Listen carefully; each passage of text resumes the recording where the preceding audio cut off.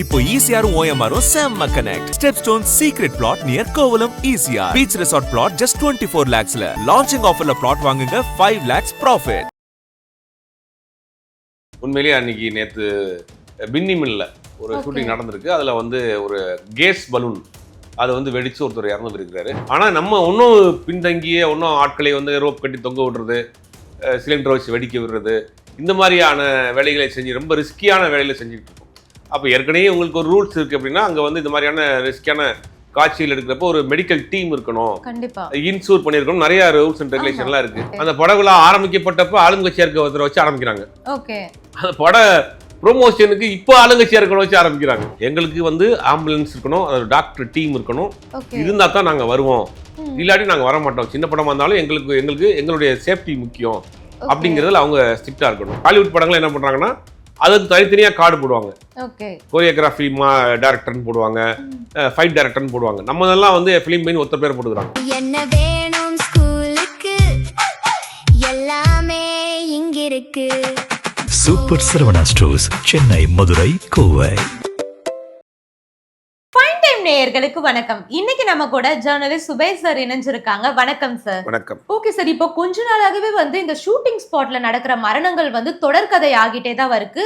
இப்போ ரீசெண்டா வந்து எஸ்ஜே சூர்யா அவர்களுடைய கில்லர் படத்துக்கான படப்பிடிப்புல வந்து ஒருத்தர் சிலிண்டர் வெடிச்சு இறந்திருக்காங்க. ஸோ என்ன நடந்துச்சு, இந்த கேஸ்க்கான அவுட்லைன் என்ன சார்?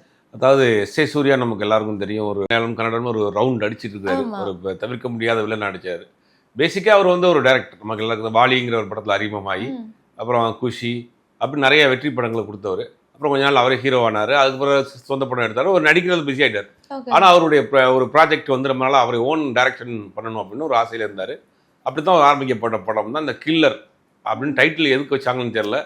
உண்மையிலேயே அன்னைக்கு நேற்று பின்னி மில்ல ஒரு ஷூட்டிங் நடந்திருக்கு. அதில் வந்து ஒரு கேஸ் பலூன் அதை வந்து வெடித்து ஒருத்தர் இறந்து இருக்கிறாரு. இது தொடர்கதையாக இருக்குது. சினிமாவில் வந்து இப்போ சமீப காலமாக பார்க்குறப்ப இந்த வேட்டுவம், அப்புறம் வந்துட்டு இந்தியன் 2 அப்படின்னு தொடர்ந்து பார்க்குறோம். அப்புறம் வந்து கார்த்திகோட சர்தார் 2லாம் பார்க்குறப்ப தொடர்ந்து இந்த மாதிரியான விபத்துகள் நடக்குது, மரண இழப்பு ஏற்படுது அப்படிங்கிறது உண்மையில் வருத்தத்திற்குரிய விஷயம். இந்த ஸ்டண்ட் கலைஞர்களுடைய வாழ்க்கை அப்படிங்கிறதே ஒவ்வொரு நாளும் அவங்க வந்து கத்தி மேல் நடக்கிற மாதிரி தான். ஆனால் இன்னைக்கு ஹாலிவுட்லாம் பார்த்துட்டோம்னா நிறைய டெக்னாலஜி வந்துருச்சு. ஆனால் அது இன்னைக்கு ஒன்றுமும் நம்ம பழைய மெத்தடில் போட்டு ஒரு ஃபோட்டோ இருந்தாலே போதும், அதை வச்சு நமக்கு என்ன காட்சி வேணாலும் நம்ம கிரியேட் பண்ணக்கூடிய அளவுக்கு வந்துருச்சு. கிட்டத்தட்ட 25 வருஷத்துக்கு முன்னாடி டைட்டானிக்னு ஒரு படம் பார்த்தோம். அந்த படம் ஒரு கப்பல் உடஞ்சி கடலில் முழுகிற மாதிரியான காட்சியை தத்ரூபம் பண்ணியிருப்பாங்க. ஒரு பெரிய தொட்டியில் எடுக்கப்பட்ட படம். மேக்கிங் வீடியோலாம் கூட யூடியூப்ல இருக்கு, பார்க்கலாம். அவ்வளோ 25 வருஷத்துக்கு முன்னாடி அப்போ. ஆனால் நம்ம இன்னும் பின்தங்கிய இன்னும் ஆட்களை வந்து ரோப் கட்டி தொங்க விடுறது, சிலிண்டரை வச்சு வெடிக்க விடுறது, இந்த மாதிரியான வேலைகளை செஞ்சு ரொம்ப ரிஸ்கியான வேலைகளை செஞ்சுக்கிட்டு இருக்கோம். அப்போ ஏற்கனவே உங்களுக்கு ஒரு ரூல்ஸ் இருக்குது அப்படின்னா அங்கே வந்து இந்த மாதிரியான ரிஸ்கியான காட்சிகள் எடுக்கிறப்போ ஒரு மெடிக்கல் டீம் இருக்கணும், இன்சூர் பண்ணியிருக்கணும், நிறைய ரூல்ஸ் அண்ட் ரெகுலேஷன்லாம் இருக்கு. இருந்தாலும் இது தொடர்கதையாக போகுது. இவ்வளோ டெக்னாலஜி இருக்கு. ஒருத்தருக்கு மேலே பறக்கிற மாதிரியான காட்சியை நீங்கள் சிஜியில் பண்ணிப்பலாம். என்ன தமிழ்நாட்டில் ஒரு சிக்கல் அப்படின்னா ஃபண்ட் இல்லை. இப்போ சிஜி பண்ணக்கூடிய டிஐஜிங் பண்ணக்கூடிய ஆட்களுடைய காஸ்ட் ஆஃப் இது வந்து அதிகமாக இருக்கு, ஆட்கள் கம்மியாக இருக்கு. அப்படிங்கும் போது அவங்க லைவாகவே எடுத்துருவோம்னு போகிறாங்க. சில டேரக்டர்ஸ் லைவாக தான் பண்ணுவோம், எங்களுக்கு லைவாக தான் வேணுங்கிறதுக்காக சில பேர் பண்ணுறாங்க. ஒரு டேரக்டர்லாம் ஒரு கப்பில் காஃபி குடிக்கிற மாதிரியான ஒரு காட்சியில் ஒரிஜினலாகவே காஃபி ஊற்றுங்க, அது சரவணா பவனில் வாங்கிட்டு வந்து தான் ஊற்றணுன்ற மாதிரிலாம் பண்ணுறாங்க அப்படின்னு சொல்கிறாங்க. அப்போ லைவாக இருக்கணுங்கிறதுக்காக இந்த மாதிரியான ரிஸ்கியான காட்சிகள் எடுக்கிறாங்க. டெக்னாலஜி நிறையா வளர்ந்துருச்சு. இருந்தாலும் தொடர்ந்து இந்த மாதிரியான வேலைகளை செய்கிறது வந்து உண்மையிலேயே இதுக்கு ஒரு முடிவு இல்லாமல் தான் போயிட்டு இருக்கு. உயிர் அப்படிங்கிறது அவருக்கு பின்னாடி ஒரு குடும்பம், அவர் பின்னாடி இந்த குடும்பத்தை நம்பி ஒரு ஆட்கள் இருப்பாங்க. அப்போ சாதாரணமாக ஒருத்தர் வந்து இன்னைக்கு ஒரு காலை ஷூட்டிங் போயிட்டு நைட்டு வந்து பணமாக வர்றாரு அப்படிங்கிறதெல்லாம் நம்ம யோசிக்கவே முடியாத இந்த காலத்தில், டெக்னாலஜி வளர்ந்த காலத்தில் மீண்டும் மீண்டும் அந்த மாதிரியான காட்சிகளை தத்துவமாக எடுக்கிறோம், லைவாக வேணும், ரியலிஸ்டிக்காக வேணும் அப்படி ஏதாவது ஒரு காரணத்தை சொல்லி உயிரோடு விளையாடக்கூடிய வேலை செய்கிறாங்க. இதுக்கு ஒரு முற்றுப்புள்ளி வைக்கணும். இப்போ அந்த இயக்கங்களாக இருக்கட்டும், சங்கங்களாக இருக்கட்டும், ஸ்டண்ட் யூனியனாக இருக்கட்டும், எல்லாரும் பேசி இதுக்கான ஒரு முடிவெடுத்து இது தொடராமல் இருக்கணுங்கிறது தான் இது. இப்போ அந்த சம்பவம் இப்போ அங்கே நடந்திருக்கு. ஓகே சார், இப்போ வந்து இது தொடர்ந்து நடந்துட்டு வர்றது வந்து எல்லாருக்குமே தெரியும். அங்கே ஷூட்டிங் ஸ்பாட்ல இருக்கவங்களுக்குமே வந்து இப்படி ஒரு ரிஸ்கியான சீன் வந்து எடுக்கும் போது கண்டிப்பா இப்போ எல்லா நேரங்களையும் வந்து நம்ம சேஃபா இருப்போம்னு சொல்ல முடியாது இல்லையா? ஸோ ஏதாச்சும் தப்பிப்போ ஏதாச்சும் ஒன்று நடக்குதுன்னா அதுக்கு வந்து ஒரு ப்ரிகாஷனா ஒரு மெடிக்கல் டீம், ஒரு ஆம்புலன்ஸ், இந்த மாதிரிலாம் இப்போ ஷூட்டிங் ஸ்பாட்ல இருக்கிறது இல்லையா? இருக்கணுங்கிற ரூல்ஸ் இருக்கு. ஆமா, சில இடத்துல அந்த மாதிரி தான் பண்றாங்க. Okay. சில இடங்கள்ல அதை கரெக்டாக ஃபாலோ பண்ண மாட்டேங்கிறாங்க. அப்படி இங்க என்ன நடந்துச்சு நமக்கு தெரியல. இங்க ஒரு ஆம்புலன்ஸ் இருந்துச்சா, டாக்டர் டீம் இருந்துச்சான்னு தெரியல. இவங்க என்ன சொல்றாங்க, கேஸ் பலூன் வெடிச்சிருச்சு, அதை வந்து எதிர்பாராம நடந்தது, ஹீட்ல வெடிச்சிருச்சுங்கிறாங்க. அப்புறம் கேஸ் ஏத்துறப்ப சிலிண்டர் வெடிச்சிருச்சுங்கிறாங்க. ஒன்றும் இன்வெஸ்டிகேஷன் போயிட்டு இருக்கு. அதுக்கு பிறகுதான் தெரியும். அது சம்மந்தப்பட்ட 2 பேர் அரெஸ்ட் பண்ணியிருக்காங்க. ஒருத்தர் இறந்துருக்கிறார் அதுல. ஓகே. சோ இப்போ அரெஸ்ட் பண்ணது வந்து இந்த சிலிண்டர் டீலரை தான் அரெஸ்ட் பண்ணிருக்காங்க அப்படின்னு. சோ இந்த டீலருக்கு அரெஸ்ட் பண்ணதுக்கான காரணம் என்ன? இல்ல, சினிமாவுல வந்து கிட்டத்தட்ட 24 டிபார்ட்மெண்ட் இருக்கு. ஓகே. ஒவ்வொரு டிபார்ட்மெண்ட்டுக்கும் ஒருத்தவங்க இன்சார்ஜா இருப்பாங்க. இப்போ இவங்க எல்லாம் வந்து செட் டிபார்ட்மெண்ட்ல, ஆர்ட் டிபார்ட்மெண்ட்ல வருவாங்க. ஓகே. இல்லாட்டி இவங்க ஃபைட் யூனியன்ல வருவாங்க. அவங்க சம்பந்தப்பட்ட ஆட்கள் தான். அப்ப அதை கொண்டு வர்ற ஆட்கள் தான் பண்ணுவாங்க. வெளில ஒரு 24 கிராஃப்ட் சேர்ந்து தான் ஒரு நாள் ஒரு ஷூட்டிங் பண்ண முடியும். இப்ப சம்பவம் நடந்தது வந்து அன்னைக்கு ஸ்பாட்ல எஸ்.ஏ. சூர்யா படம்னு சொல்றோம். எஸ்.ஏ. சூர்யா டைரக்ட் பண்றாரு. சப்போஸ் அன்னைக்கு அந்த ஸ்பாட்ல அவர் இல்ல, அவரோட உதவியாளர் வேற காட்சி எடுத்துக்கிட்டு இருந்தாருன்னு வச்சுங்க, இப்ப அவருக்கு சம்பந்தம் நடந்ததே தெரியாது. ஆமா. இது மாதிரி நடக்கும். சினிமாவில் நிறைய கிராஃப்ட் இருக்கும். அந்த கிராஃப்ட்ல இவங்க சப்கான்ட்ராக்டர் இருப்பாங்க. இவங்க நேரடியாக இருக்க மாட்டாங்க. இந்த கேஸ் பலூன் கொடுக்கக்கூடிய ஆட்கள்கிட்ட இவங்க வந்து ஹையர் பண்ணியிருப்பாங்க. இவங்க யூனியன்ல இருக்கக்கூடிய ஆளாக கூட இருக்க மாட்டாங்க. அப்போ அதுக்கும் இதுக்கும் சம்மந்தமே இருக்காது. சினிமாவில் இப்போ சாப்பாடு போடுறாங்க, இப்போ ப்ரொடக்ஷன் முந்திலாம் ஒரு இடத்துல பண்ணுவாங்க, ஒரு இடத்துல இப்பெல்லாம் வாங்கிட்டு வர்றாங்க, வெளியில் ஒரு இடத்துல ஹோட்டல்ல இருந்து வாங்கிட்டு வர்றாங்க. அப்போ அந்த ஹோட்டலில் இருக்கவங்க மெம்பராக கிடையாது, யூனியன் இருக்க மாட்டாங்க. அப்போ அவங்களுக்கும் அந்த யூனிட்டுக்குமே சம்மந்தம் இருக்காது. அந்த மாதிரி இது சம்மந்தம் இல்லாத வெளியில இருந்து வாங்கக்கூடிய ஆட்கள் தான் அந்த வேலையை பண்ணியிருக்காங்க. ஓகே சார், இந்த மாதிரி வந்து ஷூட்டிங் ஸ்பாட்ல வந்து நடந்துட்டு இருக்கு. இந்த மாதிரி எதிர்பாராம ஒரு உயிர் போகும்போது அவங்களுக்கு வந்து அந்த நஷ்ட ஈடு அதெல்லாம் வந்து கொடுப்பாங்களா? இன்சூரன்ஸ் பண்ணிருக்காங்க, அந்தந்த சங்கங்கள் பண்ணிருக்காங்க. அந்த இப்போ இவங்கெல்லாம் ஸ்டண்ட் கலைஞராக இருந்தாருன்னா அவங்க ஸ்டண்ட் யூனியன்ல இருந்து இன்சூரன்ஸ் பண்ணியிருக்காங்க. அப்புறம் அந்த ஒரு சில இடங்களில் இன்சூரன்ஸும் கிளைம் பண்ணியிருக்காங்க, தனிப்பட்ட முறையிலும் பண்ணியிருக்காங்க. அதெல்லாம் இருக்கு. என்னதான் நீங்க இன்சூரன்ஸ் கிளைம் பண்ணாலும், என்னதான் பணம் வந்தாலும் போன உயிர் திருப்பி வராதுல. அந்த குடும்பத்தை நம்பி, அவரை நம்பி ஒரு குடும்பம் இருக்கு இல்லையா? இது உயிருங்கிறது எவ்வளவு பெரிய ரிஸ்கியான விஷயம். ஒரு காட்சி தத்ரூபமா வரங்கிறதுக்காக நீங்க வந்து உயிரோட விளையாடக்கூடாதுல்ல. நீங்க டெக்னாலஜி எவ்வளவு வளர்ந்துருச்சு, அதை பயன்படுத்தி வரதை விட்டுட்டு நீங்க திரும்ப திரும்ப அந்த மாதிரியான காட்சிகள் பண்றது தொடர்கதையாவே இருக்குது. ஆமா. சோ ஓகே சார், இப்போ வந்து லோ பட்ஜெட்ல ஒரு ஃபிலிம் எடுக்கிறாங்கன்னா அதை வந்து அந்த காஸ்ட்டை வந்து கம்மி பண்றதுக்காக இந்த ஆம்புலன்ஸ், இந்த ப்ரிகாஷன்ஸ் இதெல்லாம் வந்து கம்மி பண்ணுவாங்களா?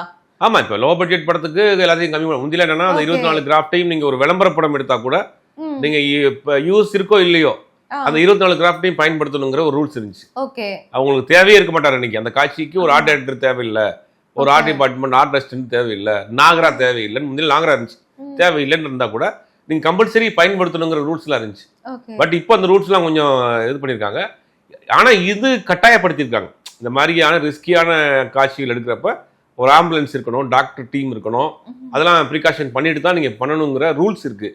சில நேரங்களில் சில இடங்களில் பண்ணுறப்ப என்ன பண்ணுவாங்கன்னா அதை பண்ண மாட்டாங்க. இப்போ உதாரணத்துக்கு இந்த ரயில்வே ஸ்டேஷனில் இப்போ எடுக்கிறதுனா அதுக்கு நிறைய ஃபார்மாலிட்டிஸ் இருக்கு.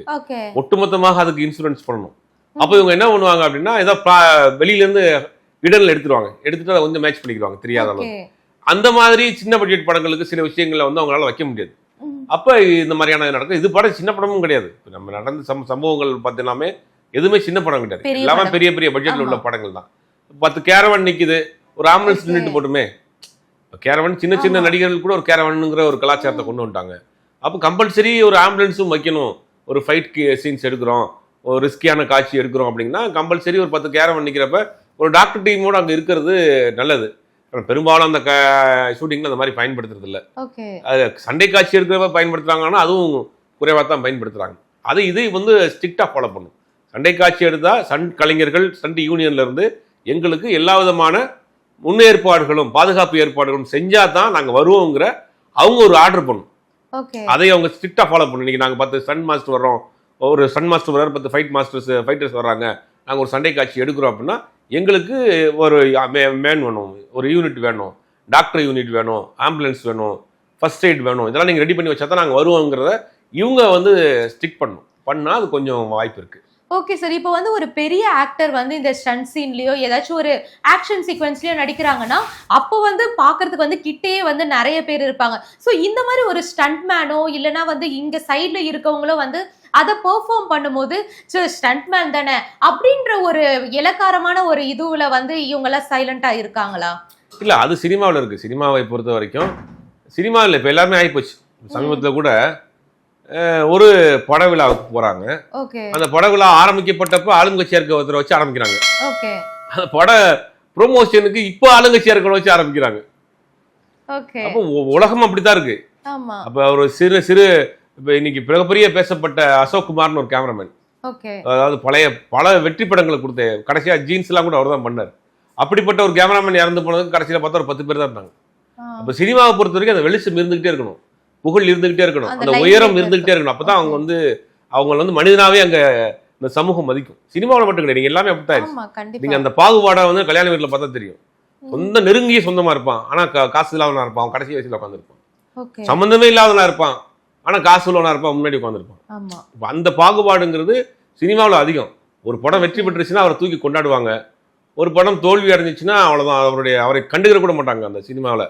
அது வந்து இருக்கு. அப்போ இதே ஒரு பெரிய நடிகராக இருந்தாலும் அவங்களுக்கு உண்டான பாதுகாப்பு, மற்ற டூப் போட்டுருங்க சார், நீங்கள் பண்ணாதீங்க சார், ரிஸ்கியான ஷார்ட்ஸ் பண்ணாதீங்க சார் அப்படின்னு பேக்கப் பண்ணுவாங்க.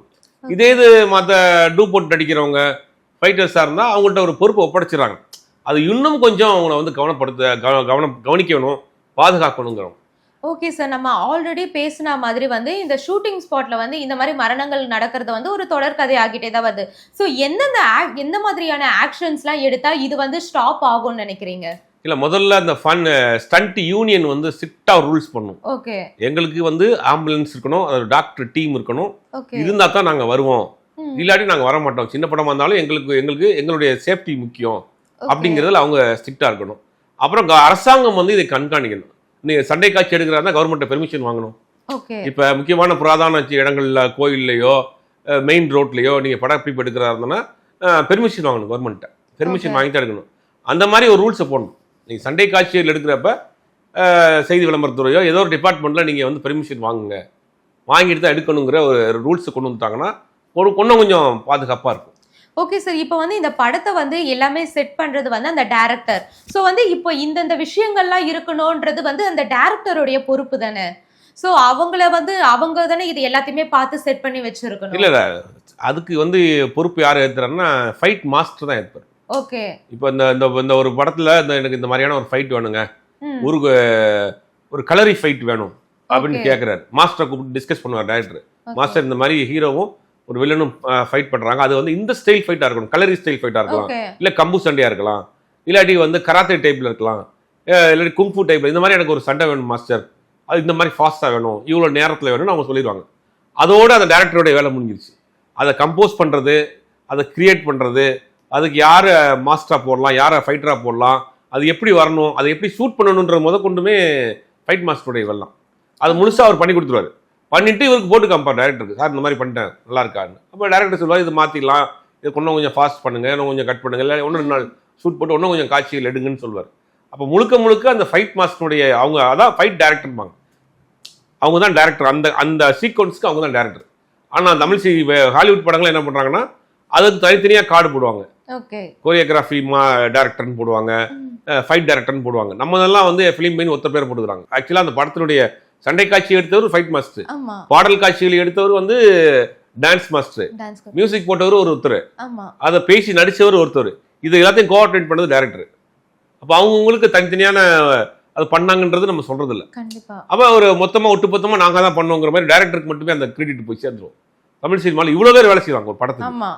ஒரு 5 பாட்டுன்னா 5 மாஸ்டர் வேலை செஞ்சிருப்பாங்க, அந்த டான்சர்ஸ் வேலை பார்த்துருப்பாங்க, குரூப் டான்சர்ஸ் வேலை பார்த்துருப்பாங்க, ஃபைட்டர்ஸ்னா இவ்வளோ ஃபைட்டர்ஸ் வேலை பார்த்துருப்பாங்க. முழுவதுமாக அந்த ஃபைட் அவர் தான் எடுப்பாரு, ஷார்ட் முதற்கொண்டு அவர் தான் சொல்லுவார். ஃபைட் எடுக்கிற அன்னைக்கு டைரக்டர் அங்கே இடத்துல இருக்க மாட்டாரு, அவருக்கு வேலையே கிடையாது. டான்ஸ் எடுக்கிற அன்னைக்கு டைரக்டர் அங்கே இருக்க மாட்டாரு, அவருக்கு அங்கே வேலையே கிடையாது. எடுத்து போட்டு காமிப்பார். இவங்க சொல்லுவாங்க, டைரக்டர் சொல்லுவார் இந்த மாதிரி எனக்கு வேணும்னு, அதை முழுவதுமாக எடுக்கிறது. சில டைரக்டர்ஸ் என்ன பண்றாங்கன்னா ஃபைட் சீன்லையும் போய் அவங்க சொல்லுவாங்க எனக்கு இந்த மாதிரி வேணும்னு, அவங்களே கூட இது பண்ணி காட்டுவாங்க. சில டைரக்டர்ஸ் டான்ஸ் ப்ரோக்ராம்ல வந்து போட்டு நடிச்சுலாம் காட்டுவாங்க, அந்த மாதிரிலாம் இருக்கு. ஆனா அது வந்து பெரும்பாலும் இருக்க மாட்டாங்க. இது முழுக்க பொறுப்பு யாருன்னா பாடல் காட்சி எடுத்தா அதனுடைய கிரெடிட் நல்லா இருக்கும், நல்லா இல்லை, எல்லாமே அதனுடைய கிரெடிட் வந்து மாஸ்டருக்கு தான் போகும். ஃபைட் நல்லா இருக்குன்னா அந்த கிரெடிட் வந்து ஃபைட் மாஸ்டருக்கு தான் போகும். ஆனா நம்ம இதுல வந்து என்ன பண்றாங்கன்னா மொத்தமா போட்டுக்கிறாங்க பேர். ஓகே சார், இவ்வளவு நேரம் நிறைய விஷயங்களை வந்து எங்க கூட பகிர்ந்துக்கிட்டீங்க. உங்களுடைய நேரத்துக்கு ரொம்பவே நன்றி சார்.